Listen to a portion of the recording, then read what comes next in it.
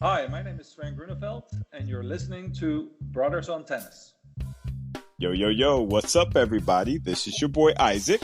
And this is your boy Bryce. And we are Brothers on Tennis. And man, we have had some tennis for ya. What was there, like 5 events this past week, Bryce? Holy moly. It was good. It was good, man. Have you been watching it, bro? I know you have, but you know. Oh, of course. I think the last match I saw today was Fucsovics give that 3-set tiebreaker beat down to Riley Opelka. Let me just say this. I don't mean to start off just jumping on somebody, but first of all, if you are Riley Opelka and you got that serve, yes, all right, yep. There is no reason why you should have a below 500%, below 50% winning percentage and tiebreakers. Right. And number two, the other thing I'm going to say, and I'm going to get off of him before somebody think I don't like this guy or I got something against him. I don't want to hear anybody say, oh, but Riley Opelka is a good mover. He is not a good mover, all right? You take into consideration that he's 6'11", and he gets around pretty good for somebody who's 6'11", but he is not a good mover. He lumbers around the court. I was watching him today. I know Fucsovics was like, what is this? Him doing this kind of hop and limp to the ball. I'm not a huge fan. But you just evil. Yeah, and Fucsovics, like Paul is saying, he is so fit. I mean, he can. Oh yeah, he'll be out there all day long. And so, anyway, I'm going off on a tangent already. See, you done already jumped in. Look at you, just on fire. So before we get into what we typically do, which is our tennis stuff, let's always make sure we throw our shout out to our folks here that in Locker Room. We are using the Locker Room app. Again, if you are listening to this as a podcast, this is the place to be as it relates to a live audio social networking area. So if you want to come and just talk the talk with other sports fans, get onto the Locker Room app, folks. I'm trying to tell you, it's definitely where it's at. We here at Brothers on Tennis are on the Locker Room app. We're here every week. We talk about tennis. We've got folks out in the gallery that are about to come up, and we're going to talk tennis with them. So again, if you are an interactive sports fan, you need to get Locker Room and come join us. So with that said, I always want to give that shout out and give our love for Locker Room app. Yes, yep. Go ahead, brother. Well, let's start talking about the tournaments from last week. And so we had basically, one 500 level event for the women, and we had 3 250 level events for the men. I know a lot of the times we don't talk about the 250 level events, but it's quarantine and coronavirus time. So, we talking about challenges at this point. So we're going to go ahead and show a little love to the 250s and speak what's up. But let's absolutely start with that women's tournament that was in Adelaide last week. So for those of you that may not have been paying attention, what Australia did, and I thought this was a remarkable thing. Adelaide normally has a tournament that is before the Australian Open, and they obviously did not have that this year because of everybody flying down and needing to quarantine and all of that good stuff. So what they did is they moved the tournament to after the Australian Open, which was super smart because at that point, everybody's already down in Australia. Right. They don't have to quarantine anymore, and they can have the tournament. So it was a great tournament. They had your top seeds were Ash Barty, Belinda Bencic, Johanna Konta, Elise Mertens, Iga Swiatek, Petra Martic. I always forget about her. Putin Seva and Wang Chung. Yes. And so this is a really good field for 500 level. And Isaac, we had some good things happen. And the thing that I want to call out is obviously we continue to focus on the development of Coco Gauff. Yes. And Coco Gauff had to qualify. She was the top seed in qualifying, but she still had to qualify to get in the tournament. But she got in the tournament and she made it all the way to the semifinals. That she did, brother. That she did. Once again, man, I mean, Coco Gauff is just, she is just a fierce competitor, she just got a lot of game for a 16-year-old. It's really amazing. Just to see her progression. And I know everybody gets all excited and, but I just really feel like for me, her game is really shaping up very, very nicely. And she's getting great results. It seems like she's always upsetting someone. And in this particular match, she upset Petra Martic. She did. And yeah. Just to quickly take a look at her route, she faced that Paolini from Italy in the first round and, beat her in 3 sets. I think we kind of predicted that she was going to beat Martic because, that's what you do. You beat Martic. You beat Martic, exactly. Yeah, that's the thing. But Martic was the number 6 seed, and she beat her in 3 sets. But the real surprise for me was that she took out Shelby Rogers because Shelby Rogers has kind of been on a little bit of a hot streak lately. Mm-hmm. Yeah. And she gave Coco that hoe biscuit in that first set. She was like, "No, girl, go to the bakery. Stay in school. Stay in school." Coco was like, "Heifer, wait a minute now. You better wait. I got something for you." Yeah, so Gauff came back, won that match, and quite honestly, had an opportunity to win the match in the semis against Bencic. Mm-hmm. She had chances. Yeah, I mean, that was a tough match. I mean, first of all, Belinda Bencic is a tough competitor. She has a win against Serena. In fact, it was a pretty dominant win if I think about it some years back. She climbed up on Serena and was like, "You ain't ready today." So the fact that, when you can climb up on the queen, that speaks volumes about your game. And I've always been a fan of Belinda Bencic, not just because she's, from Swiss and Roger and all that good stuff, but I just really like her. I think she's got a really creative game, not all the power in the world, but still she knows how to really manipulate shots. Of course, she went to that Melody Molitor school of tennis, which was Martina Hingis' mom. So there's just a lot there. And I've really just been a fan of hers. And unfortunately for Coco, she just had a little bit too much game on the day. Right. Well, I tell you what, if Coco needed any kind of payback in the finals, Belinda Bencic met Iga Swiatek. And I'm telling you what, it's something about Iga when she wins a tournament. I mean, she starts beating down folks from the first round. Listen. And, she took out Danielle Collins, made Danielle Collins tap out, first of all.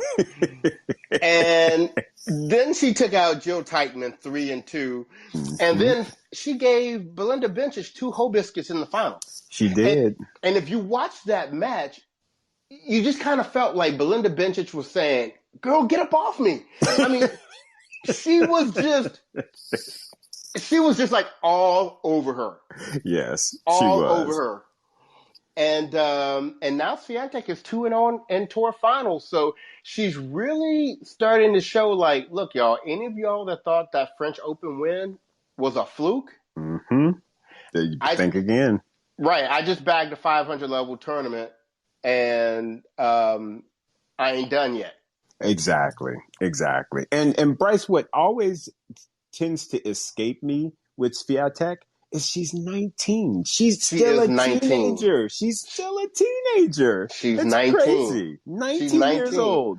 It's crazy, man. And I tell you what I like is apparently there is a budding friendship between her and Osaka. Nice. So, kind of like how we've enjoyed, although Roger and Rafa have been rivals, they clearly are very good friends. And you like to see that, right? I mean, we like to have the villain in there too, but we also like to see the good relationships. And look, Osaka and Swiatek are 2 of the main names that we expect to see in the future on the women's tour. Absolutely. I am looking forward to seeing them battling because have they even played yet? Do they have a head-to-head yet? Do you know? I don't know that they do. If anybody out there knows, shoot us a message in the comments, but I don't know that they have. Yeah, I don't think they have either. Yeah. But yeah, man, they are. Yeah, she's definitely scratching her way to the top of the game in a bold way. So kudos to her, and give a little. Iga needs to give just a slight nod to Coco, simply because Coco wore Bencic out. I mean, she had all she could handle in that semifinal against Coco, because Coco was like, "Listen, I'm not going away." And how she got through that second set and ended up snatching that was like, wow. Good on you, Coco. Good on you.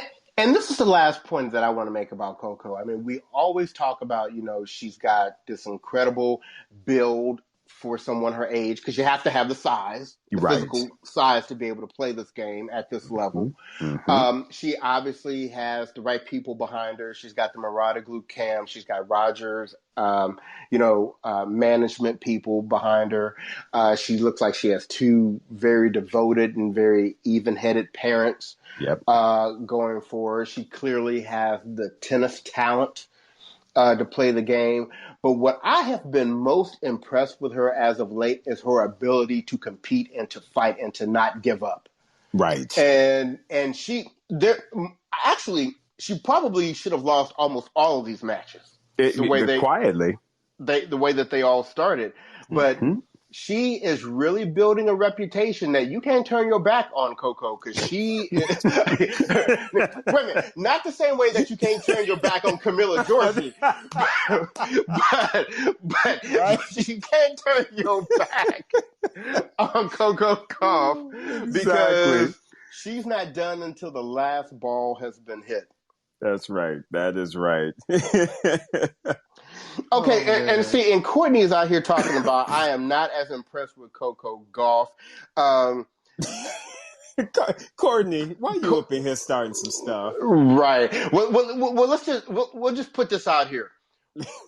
The situation we don't have to deal with Coco Gauff anymore is qualifying, because Coco Gauff is now ranked number 38 in the world as a 16-year-old. Right. Her qualifying days are over.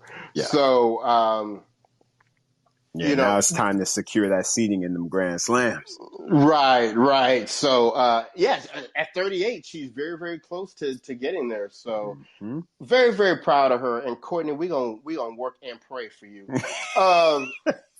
So, let's talk about the 3 tournaments last week for the men. So, I want to start with the Cordoba Open in Argentina, because I think a lot of people probably thought it's in Argentina.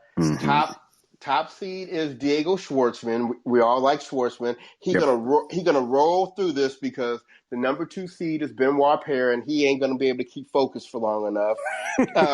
Kecmanovic, can't play 5 or 6 matches in a row to win. Don't sleep on Kecmanovic. No, I like him, but he ain't ready to win no titles yet. Okay. So, not over Diego Schwartzman in Argentina. Right.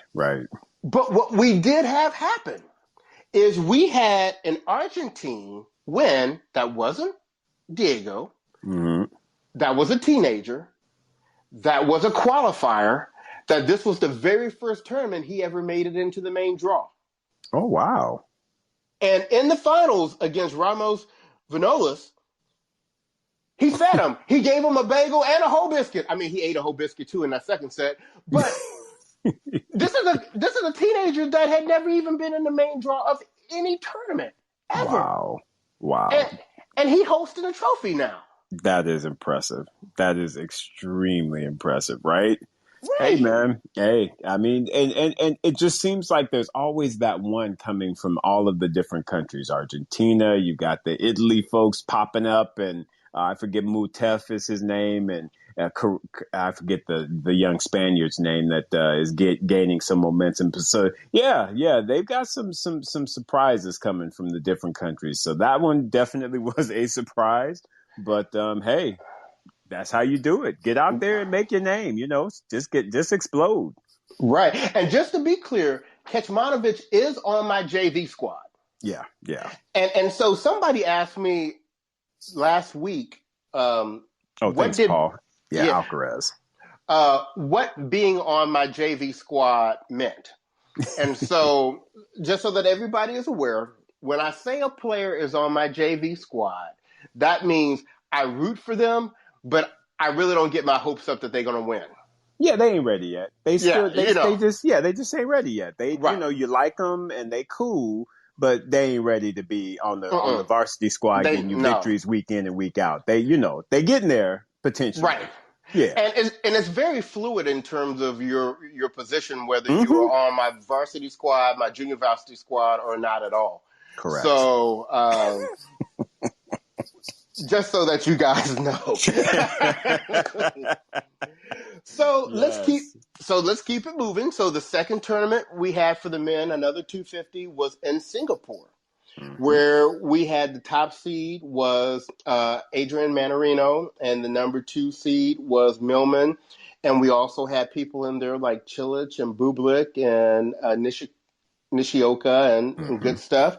But the winner of this tournament, it was a battle of 2 young guns. Right. Isaac was Popperin took out Bublik. What did you think about that? That surprised me, to be very honest with you, because I actually was calling Bublik to win that one. Because Bublik is he's got a really, really big and strange game. He's very unpredictable, which is kind of fun at times. So I kind of like him. He's tatted up, young guy, the whole thing. And to be honest with you, I've of course heard of Popperin, but just not enough to be like, okay, yeah, he's on my squad, or he even on the JV squad. So I just didn't know enough about him that I just thought that Bublik was going to be able to get up in there and get his first title. But Popperin was like, "No, son, not today." and let me give a different perspective on this. So Bublik, to me, reminds me a little bit of Kyrgios. I get concerned with him sometimes about shot selection. The antics, yeah. Yeah, because he can do all that. So I sometimes wonder in like the biggest matches how he's going to come through. Now, Popperin, on the other hand, he, for all you listeners out there, he's a young guy from Australia. So, you typically hear about Kyrgios and De Minaur and all that. But Popperin has gone the route of the Murata-Glue camp. So you're talking about the camp with Serena, with Tsitsipas, with Coco Gauff. And he got a title now. Yeah. So all I'm going to say is it's real good to be in the Patrick Murata-Glue camp right now. We got Coco Gauff showing out, getting into the top 38. We got Popperin winning a title. We've got Tsitsipas putting them things on the doll in the Australian Open. We got Serena still chasing 24. I'm telling you, it's a good thing to be in the Murata-Glue camp. Yeah, who needs to get some of that energy, though, is Chris Eubanks. But anyway. I'm sorry, Chris. If you're listening, we don't do nothing but tell the truth around here. We trying to give you some love, but you got to step your game up, son. Come on now. Anyway, right. Let's back at it. Sorry, Bryce. I had to throw that one there. No. Hey, we speak truth here. and I like how Paul has called out. I don't know how many of you know, but Murata-Glue has opened up a new tennis center in Dubai. And so that has kind of become like the training ground for players in that area. And so you've been seeing different players there, and there's been a lot of footage this past week of Shapovalov. Nice. Their training. So that's why I made the comment I made an episode or two ago when we were talking about the future. I don't see Patrick Murata-Glue coaching anybody after Serena. How do you go coach somebody after you've been with Serena? Right. He's about to go global with his whole brand. His brand, exactly. Yeah, and I am not mad at him for that. No, not at all. Isaac, let's bounce to the last and the final tournament for the men last week, and that was won in Montpellier, France. And basically, we could talk about things like Sinner lost in the first round to Bednay. We could talk about Herkic, didn't come through. We can talk about how Larovic officially went from my varsity team to my JV squad. Yeah, about time, bro. It's time. Yeah. He on the JV squad right now. But at the end of the day, in the finals, we had the number 1 seed versus the number 2 seed, RBA. versus David Goffin and Isaac. What did you think about that? Man, it was a great final. It really was. And kudos to Goffin because because he's kind of been trailing off slightly, I would say, over the last, couple of years. And for me, I honestly had RBA taking that title. So the fact that Goffin got up in there and was like, yo, Right. today is my day, son. That was really, that's good stuff. That's very positive for him going into 2021. So I thought that was good for him. What were your thoughts on the match, bro? I agree with you. I was giving the edge to RBA, but it's interesting because to me, they are like almost copycats of each other. Their games are so similar that I really wasn't very confident which way it was going to go. I just kind of thought RBA has had better form as of late, so maybe he was going to win. Right. But I think it was a great result for both of them. And speaking of another player that's kind of like them a little bit, did you hear the news about Gil Simone? Yeah, what's that about? He was just like, yo, I need a break. He was like, I need a mental break. I was like, well, there you go. Yeah, so listeners, what Gil Simone announced was that he was like, the whole way that the tour is right now with the quarantining and everything that they've got to go through, he was just like, miss me with all that because it's just too much. And so I'm going to go over here. I'm going to chill for a minute. I'm going to let you guys figure out how things are going to be going forward. I'm too old for this. And I'll catch y'all on the flip side. Right? Yeah, I like how Paul put it. It was very French of him. I mean, because in truth, similar to how we were talking about Goffin, I mean, I'm sorry, but Gil Simone has been trailing off over the years as well. He's about 30? I think he's 36 now. Yeah. Yeah. So it's not like you're talking about somebody that's in their prime as far as tennis goes. But nevertheless, I mean, it is a bold statement for you to come out and just be like, I'm going to take a mental break. And and it's something that I think the tours are going to have to think about, because I do believe that there will be a lot of people that, under these conditions as they stand, they just find that it's a little bit, too much for them. So I don't know what that means, though, from rankings and what have you, because the whole 24-month ranking system is already a little bit kludge, in my opinion. So for me personally, I do not want that to be extended into 2022 personally, because it's anyway, go ahead. Sorry. No, I was just going to say, honestly, if we really keeping it funky, I would just say, this was a great excuse for Gil Simone to use for him to bow out for a minute, because quietly his game hasn't been popping for a minute. Right. Exactly. Exactly. So go ahead and put it on the Rona. I mean, everybody's doing it. Pretty much. If you can't find no excuse, there's always the Rona. Always. Ain't going nowhere. All right. So those were some really good results and some great tennis last week. So, you want to jump into what we've got going on this week? Yeah, brother. Let's go ahead and jump into it. Okay. So let's go with we started with the women last time, so we'll start with the men this time. Yeah. So we have two tournaments. We have a 250 and we have a 500 level. The 250 is in, once again, Argentina, where once again we have Diego Schwartzman as the number one seed. A lot of the same players, Benoit Paire, Kecmanovic, but you have Christian Guerin as the number two seed. Right. And some other interesting people, like I'm on my JV squad, that Dominique Kupfer is there. I really like him. We actually have Francis Tiafoe. Yeah, I was going to say Tiafoe's up in there trying to get it. Yeah. I like that he's playing on the clay early. Me too. I like that. So if we look at our top seeds, we have number one, Diego Schwartzman, 2, Christian Guerin, 3, Benoit Paire, 4, Kecmanovic, 5, Ramos Vinolas, 6, Andujar, 7, Dejere, and 8, Francis Tiafoe. And here's the funny thing. We got a message. I forgot who sent it to us this week. And they were like, at a 250, Francis is really only the 8th seed.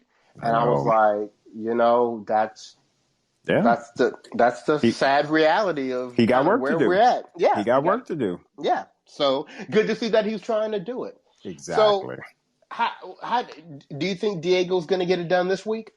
It would be hard for me to bet against him, to be honest with you. I know that he didn't get it done last week, but at the same time, I think he's still he's still trying to recover from that what was that? What's our boy that he lost to at the Australian?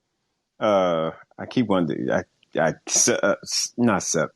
Sevastova. That's a female. The Russian player. What's his name? See, anyway, he's still recovering. Karatsev. There you go. Yeah. So he's still kind of recovering because he got shell shocked on that one and just didn't, so he's got discombobulated. He's still trying to get himself right. But I do believe this one he will get the victory. Even though it'd be nice to see how Tiafoe does on the clay, and if he can get 2 Schwartzman to potentially play him, that could be interesting. And Ramos Vinolas, who beat him last week, is on the bottom half of the draw, so he gets to avoid him for a minute. But Paul made a very good point in the comments that he thinks Nicholas Monroe is having a huge impact on Francis Tiafoe from just being his doubles partner and being a role model and being a veteran around him, and probably I think they're playing doubles in this tournament down there in Argentina. So he may have actually had a role in Tiafoe playing this tournament. Let's hope so. I mean, I think that Nick Monroe is definitely a classy, competitive guy. So anything that can rub off on Tiafoe, hey, let's get it. And in truth, Bryce, and I don't know about you, but I guess because Tiafoe kind of has that funky whip of a forehand, I feel like clay should be a good surface for him. Right. Because it gives him time to be able to set up his shot, be athletic, and really put a lot of spin on the ball. And, I would think that should be a winning combination, but I don't know. We'll have to see. But see, the problem with Tiafoe has been shot selection. Correct. And as you know, when you're on clay, you got to be ready to dig and grind on those 10 and 12 shot rallies. Right. And I don't know if Tiafoe's got a little baby Bryce in him, and at the if at the 3rd or the 4th shot he always trying to pull the trigger. If he's doing that on clay, that's not going to pay out well for him. Right. And let's hope that's where the Wayne Ferreira influence sets in, is that patience and that resilience to have the right mindset, to be out there and be willing to stay out there. You know what I mean? To put in the hard yards. So I don't know. We'll see. It'll be interesting to continue to see his growth. Right. So enough about that 250. Let's talk about where the big boys are at. Yes. So the real players are in Rotterdam this week. Right. And the thing is, as stacked as this tournament is for 500 level, it actually had Rafa in it initially as well, but Rafa withdrew, still citing, some issues with the back. So we hope, he's getting that all right, because we need Rafa to be good for the French. That's right. But in this tournament, let me just tell you who the top 8 seeds are in this tournament.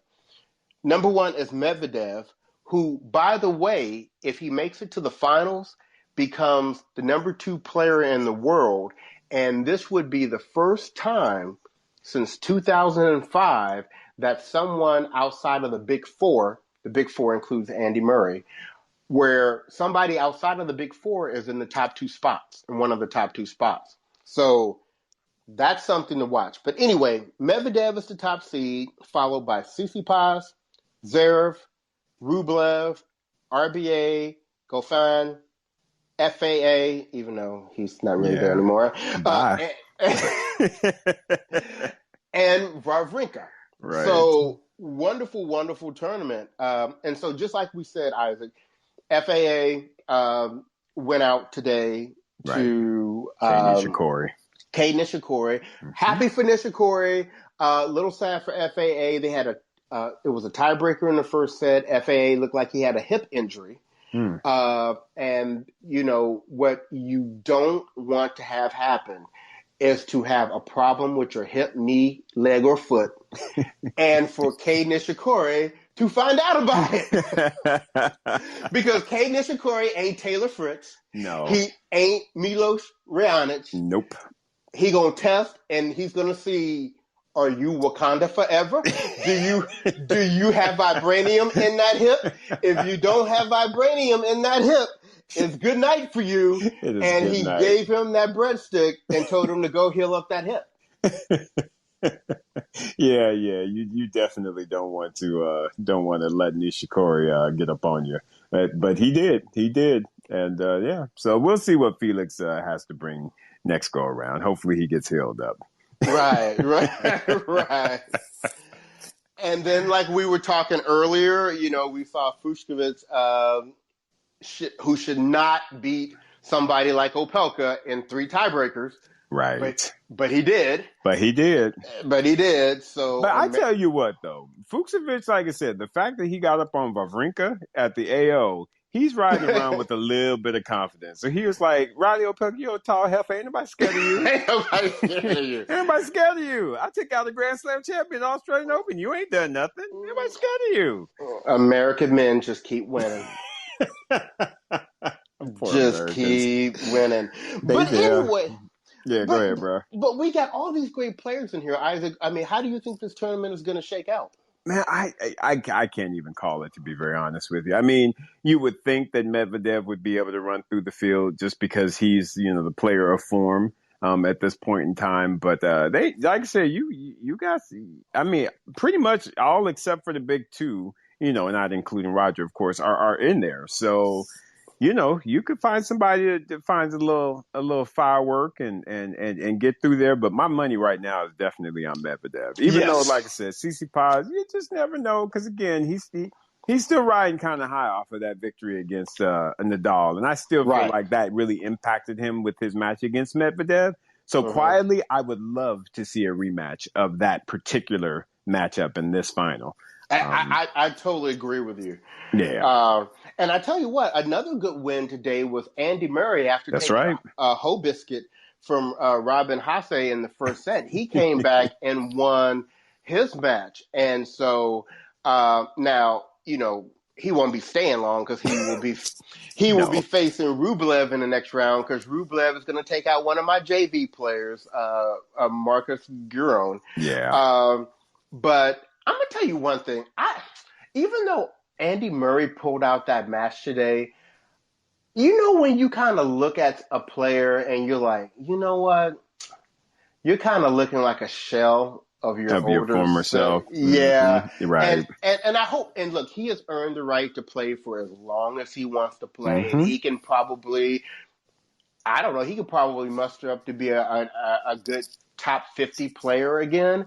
But I don't think we see Andy Murray at the tops of the game again.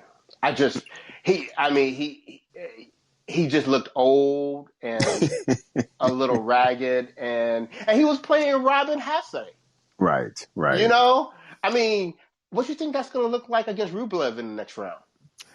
We'll see. I mean, to be honest with you, I hear what you're saying. I am not calling the plug on Andy just yet. And the reason I say that is because I still go back to when he put them things on Sasha at last year's U.S. Open. Or was it maybe it was a Western or Southern. I'm sorry. I think it might have been Western or Southern. Anyway, he played Sasha and he really played a great, great match. And I think then Felix ended up beating the smack out of him after that.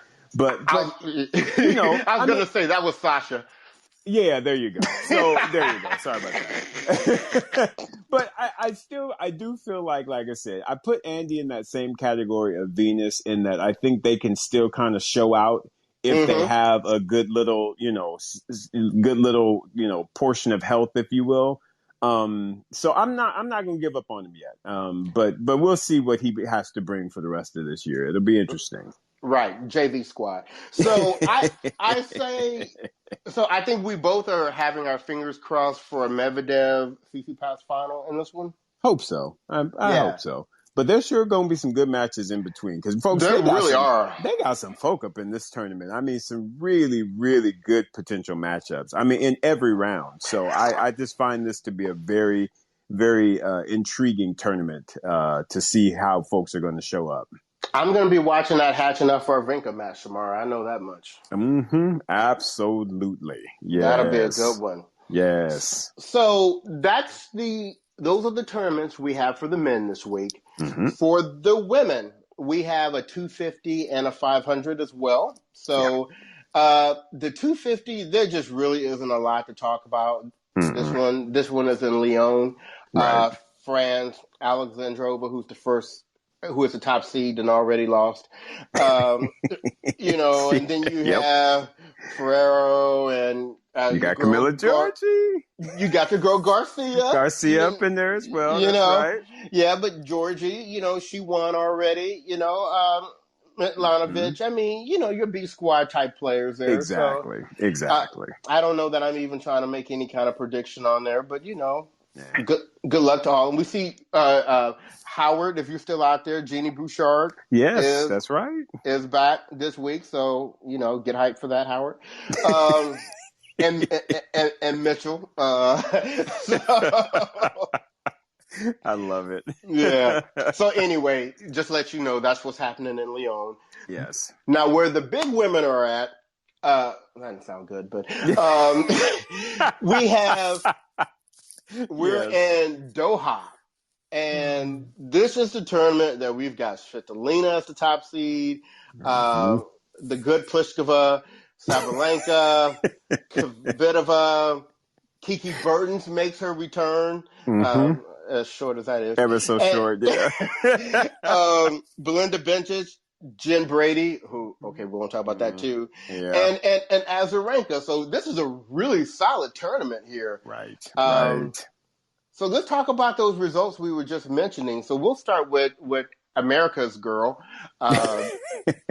Jen Brady. And if she's nothing else, she's consistent. And what she consistently does is she does really well in a tournament, and then she totally tanks it out the next time. So last time we saw her, she was in the finals of the Australian Open.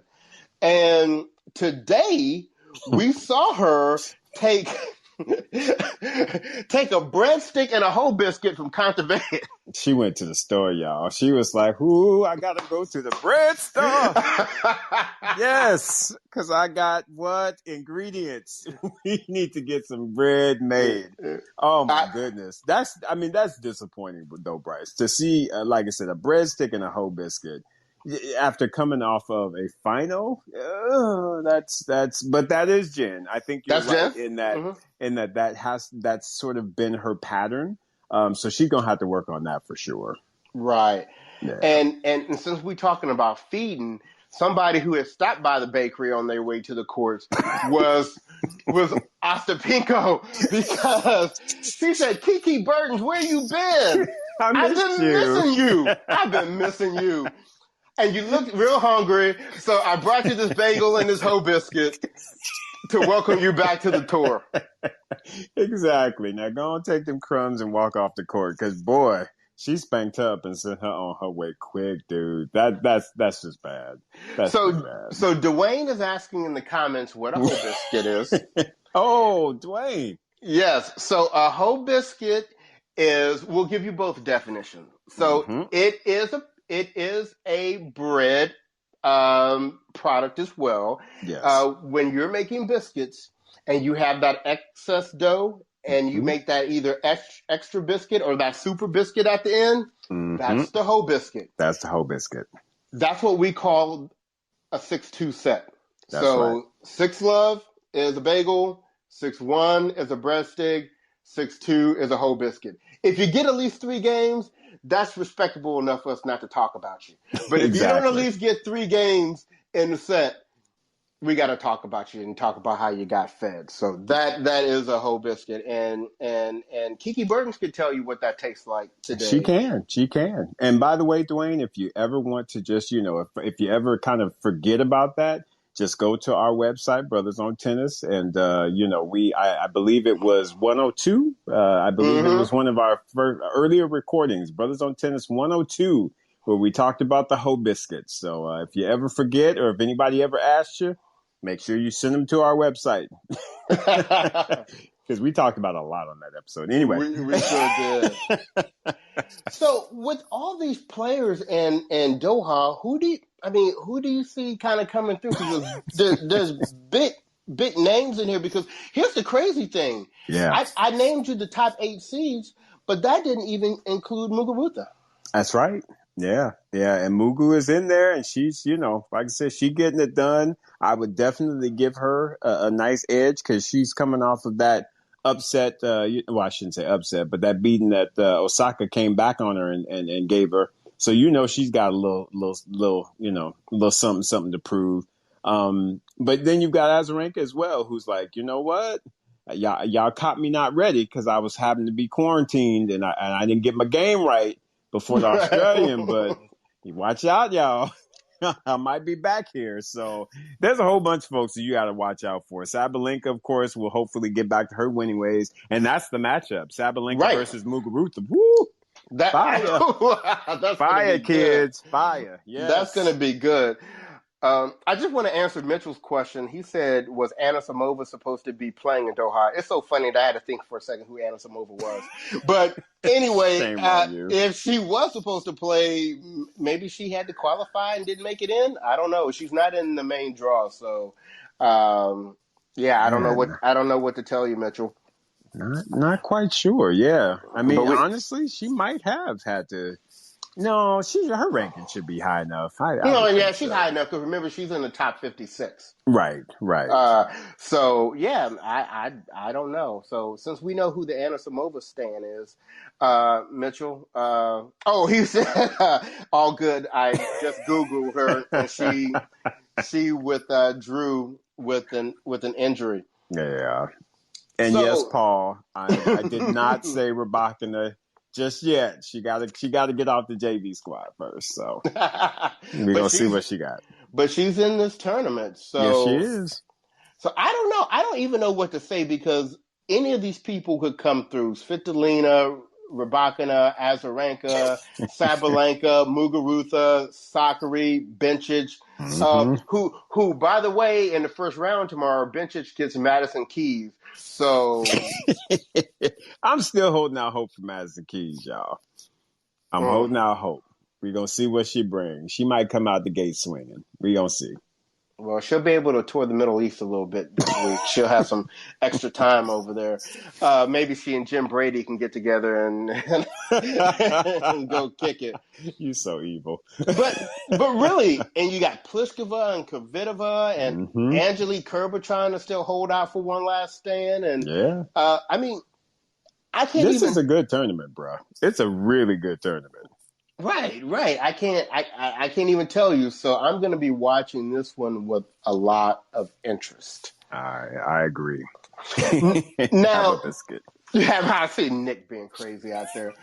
Now, something that I did want to bring to your guys' attention is that normally we don't talk about the doubles, but in Doha, we have very interesting implications in the doubles as it relates to this whole Olympics team selection process.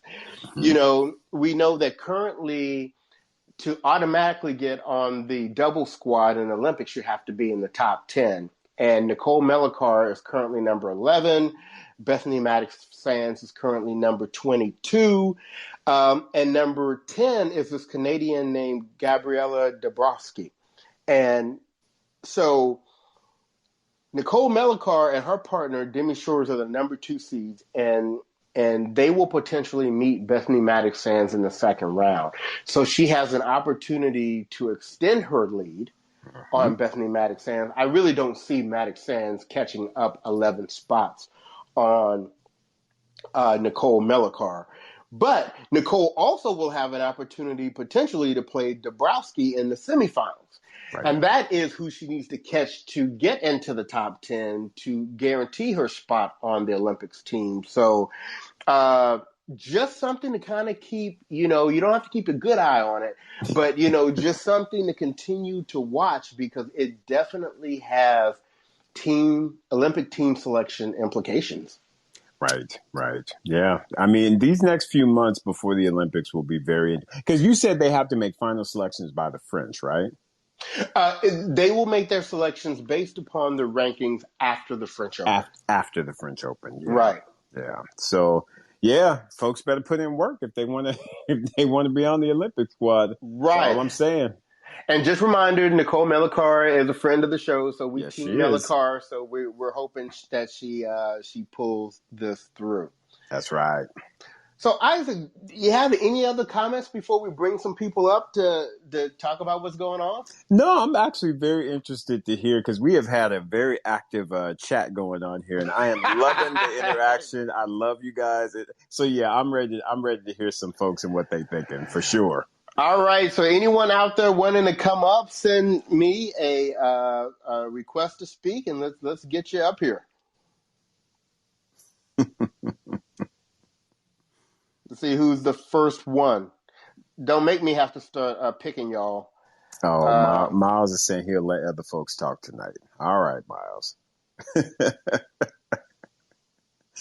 Oh, man. Wait a minute. Dwayne is like, Courtney wants to share her take on golf. Yeah, Courtney, come on up here because we need to understand a little bit more about that one because I'm even intrigued on that. Don't be shy now. We ain't going. We don't. Do you no harm? We just give you a little side eye. That's all right. Paul, you don't have anything to say this week? Okay, yeah. There we go. Yeah, I was trying to get up here. Okay. These gyms are confusing me. I couldn't. I still somebody needs to show how I've been wanting to get some gyms, but everything I press doesn't create a gym. Yeah, it was confusing me. Now listen, Courtney, listen. Now wait. I love how that started. I actually want to talk about Rotterdam, but real quick, we just have to give Courtney her props because she stood alone on that hill for the finals of the men's final of the Australian, and she stood alone on that and stuck to her guns and said, "Y'all, everybody's talking about Medvedev. He hasn't won it, nothing yet. There's no reason to think Djokovic won't do what Djokovic does on that court for that tournament," and she was right. So I invite Courtney up in that sense. Like, I really want to hear what you have to say about Coco because I hear what you're saying, but I also like the speed at which Coco is developing. She's not going to Capriati out. She's not going to, and she's not going to Andrea Jaeger out. Coco is developing at the pace that she should develop. I think, she is 16 years old. What, did she turn 17 yet? She's 16. March. Not yet. Coming up. She's yeah, of course she needs to shore up some things. So Courtney, anytime you feel like it, I would love to hear what you think as well. But I was thinking about Rotterdam. Was Rotterdam always indoor hard court, or did it used to be clay? Was it always? That I don't know. I think it's been indoor. I think indoor hardcore. Okay. Yeah, I was just checking because when you all were talking about it, I couldn't remember, and you all were so sure about Medvedev, and I was thinking, well, with all these clay court guys, and so then I looked and I said, oh, it's hard. That's why everybody's feeling pretty good about Danny. If it were clay, yeah. That's why I was like, for a second, I had to go look. But I think this tournament, like y'all said, it's stacked. I think let's not sleep on Sonego to make like the quarters or something. Maybe let's not sleep on Bjorn Choric has been a little. He hasn't been doing what he needs to be doing, so he might. These are those type of tournaments where people sneak in. Mm-hmm. I agree with you, and it's funny because I think with Medvedev, because I think he's probably feeling a certain kind of way, the way Djokovic treated him in that Australian Open final. Yeah. That if he can, so first of all, he gets a Serbian, my JV guy Lajovic in the first round, and Right. Dujan, you know I love you, dude. You my guy, but Me too. you just gonna have to take this one for your country. Yeah. Medvedev is gonna put them things on you, and Medvedev I think wants to at least walk away with that number 2 ranking after this tournament. So And listen, what did we say, Bryce, at the Australian? When Medvedev has some kind of motivation in front of him, a mission, whether it be Rublev is across the net from me, he's my little brother, I want to make this quick and painless. I have a motivation. Whether it be Tsitsipas, I can't stand him. I will I have a motivation. You heard what he was saying at the trophy presentation after the men's final. He's like, "Oh, I remember when I was 10 years old, I hit with Joy. He was so nice to me." I didn't know all that. He's such a nice person. I just love Novak. He's such a nice guy. Well, no wonder you you can't go out there with that attitude. Right. I did not know he had that kind of admiration and those feelings for him. And telling the story, it makes sense. I mean, I get it, but I just did not know that existed. But because Novak treated him the way he did, Lajovic, he can just decide to go shopping in Rotterdam for the rest of the week or whatever, because it's not going to be pretty. Yeah. You know who I'm interested in seeing because he's on his home court and he's supposed to be like what that Alcaraz kid is to Spain. This Van de Sandschulp teenager is supposed to be the future, and he's at home, and I want to see, he might take out Borna Coric, and I'd love to just see his game with Medvedev. He won't beat him, but I want to see those two games. Right. To see where this teenager, he's coming up out of the juniors, a lot of hype around him. Netherlands ain't had nobody since Robin Haase, and that still ain't nobody. I guess since Krajicek. I guess maybe since Krajicek. Right. Boy, all these matches though, man. I think Bublik might take out Zverev because Zverev don't get up for these tournaments anymore. Right. And by the way, if you haven't noticed, Zverev has gotten like crazy active on social media recently, tagging all sorts of other players and laughing and joking. He looks like he's kind of distracted to me. Yeah, he ain't at practice. Yeah, the way he's right. I think Goffin and John Leonard Struff talk about two opposite type of styles. And Goffin's coming off the win. This tournament is stacked. It is, dude. And you know what? And you know what? If Rublev don't come in firing, Giron is the guy who will beat you if you're coming in like, oh, I didn't practice or I didn't. See, Paul, stop. No. I said if Rublev comes in not playing his game. Because don't try. He already on my JV squad, and I already feel bad about the beating he about to take. Me too. Don't try to give me any kind of motivation like there's even any sort of chance that he may somehow. All I'm saying is, if the player like we saw what Giron did to Berrettini when Berrettini came in moping and not playing, Giron is just he takes advantage. Is what I'm saying. Yeah, so if Rublev has you're not going to get that from Rublev, though, Paul. Yeah, that's true.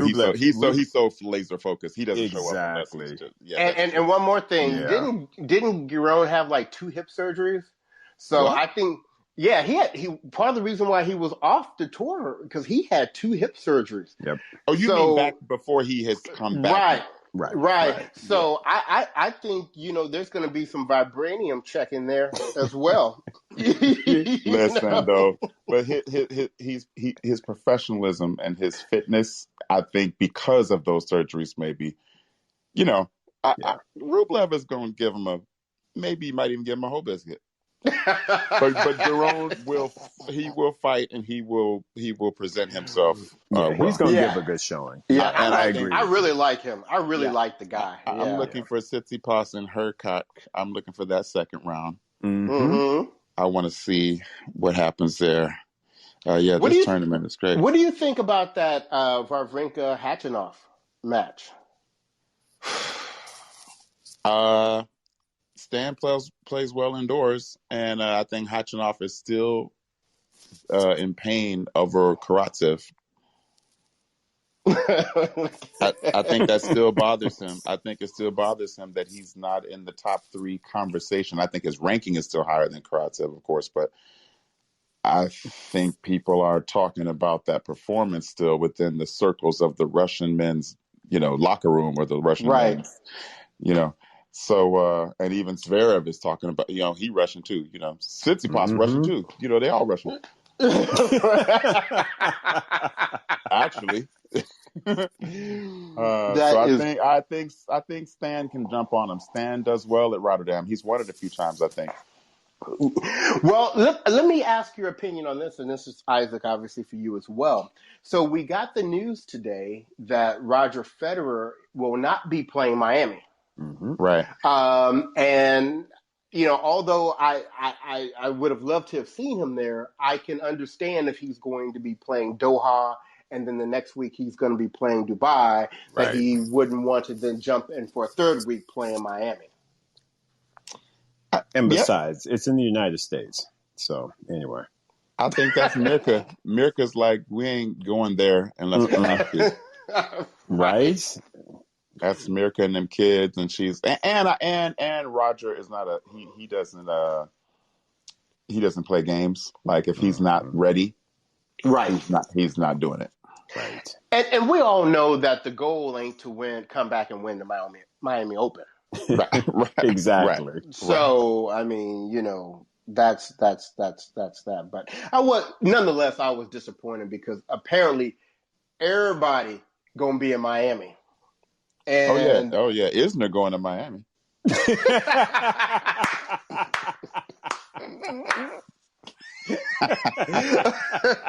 That's so wrong.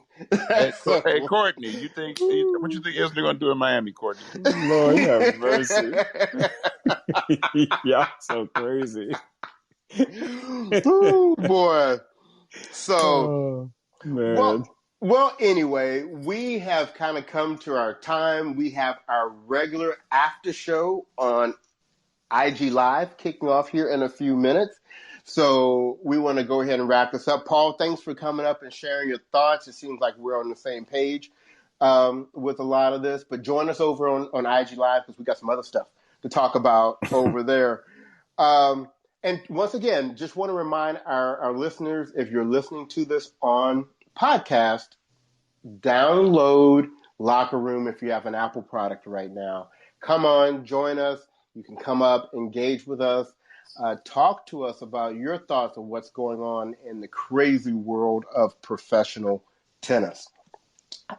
We will be back here next week, but before we go, we want to make a special announcement.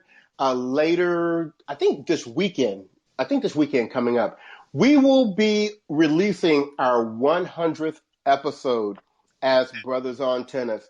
And it is a very, very special episode. It is a tribute to the great Althea Gibson. So it's one that you absolutely do not want to miss. Isaac, anything you want to say to our followers about making it to 100 episodes? Ooh, kids, it's been a minute. But you know what? We're trying to put in the work. We're trying to put in the effort. And we just appreciate everyone out there for your support and listening to, us two crazy brothers and our love for this sport. So thanks for supporting and getting us to 100. And hopefully we'll see many more hundreds after. Absolutely. So thanks, everyone, for tuning in. Look for that 100th episode this weekend. And if you're on here live, come join us over on Instagram Live, where we're going to continue the conversation. So for this week, that's it. This has been your boy, Bryce. And this is your boy, Isaac. And we are Brothers on Tennis. Everyone have a wonderful and safe week.